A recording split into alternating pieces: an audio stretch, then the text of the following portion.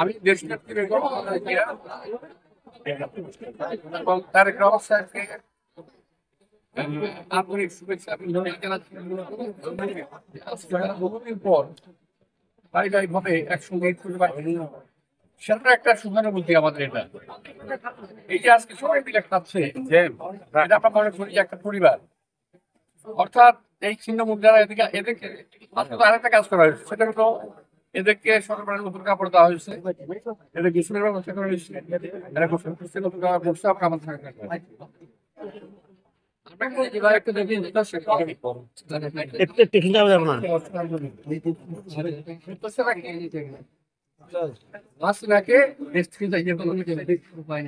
BNP থেকেই প্রথম slogan হয়েছিল হাসিনা মুক্ত বাংলাদেশ।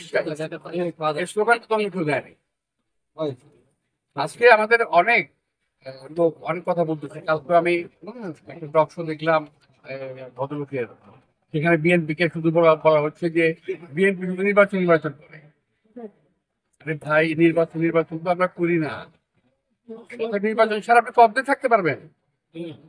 আমরা কবে নির্বাচন ছাড়া এই দেশটাকে রাখতে পারবো? সুতরাং নির্বাচন তো হতেই হবে। এবং অনেকে বলে সংস্কারের কথা বললে বিএনপি মাথা খারাপ হয়ে যায়। যারা কথাটা বলে, আমি বলবো যে যারা এই কথাটা বলে তাদেরই মাথা খারাপ হয়ে গেছে। তার সংস্কার নিয়ে বিএনপি কোনো আপত্তি নেই। আমরা ৩১ দফার সংস্কার প্রস্তাব এখন থেকে ২.৫ বছর আগে আমাদের নেতা তারেক রহমান দিয়েছেন। ৩১ দফা যদি ফলো করা হয় তাহলে সংস্কারের অন্য কোনো প্রয়োজন নাই, এখানে সবকিছু আছে, লোক আসছে করতে হতে পারে। আর আমি একটা কথা বলেছিলাম, আমি আজকে আরো ক্লিয়ার করতে চাই। আমি বলছিলাম যে আপনাদের গভর্নমেন্ট লেখা এই সংস্কার হবে, এটা আমরা মেনে নেব না বলছিলাম। তো অনেকে আমার এই কথাটাকে ভুল ব্যাখ্যা করেছে। কিন্তু আজকে আমি জানতে চাই, যারা আমাকে ভুল ব্যাখ্যা করেছিল তাদেরকে জানতে চাই যে এই সরকারের সংস্কার প্রস্তাব কোন রাজনৈতিক দল এককভাবে মেনে নিয়েছে? কোন রাজনৈতিক দল আনকন্ডিশনাল মেনে নেয় নাই। তারা সবাই কিন্তু বলেছে এটা মানি না, এটা মানবো, এটা মানি না, এটা মানবো। সেখানে একটা আগেই বলেছে, কোন রাজনৈতিক দল কিন্তু বলে নাই যে এককভাবে আমরা সব মেনে নিলাম। কারণ মেনে নিতে পারে না। এটা ওনারা যেগুলো বের করেছে ওখান থেকে, ওনাদের ভিতর থেকে, ওগুলা স্বাভাবিক না, অস্বাভাবিক প্রস্তাব আমরা দেখলাম।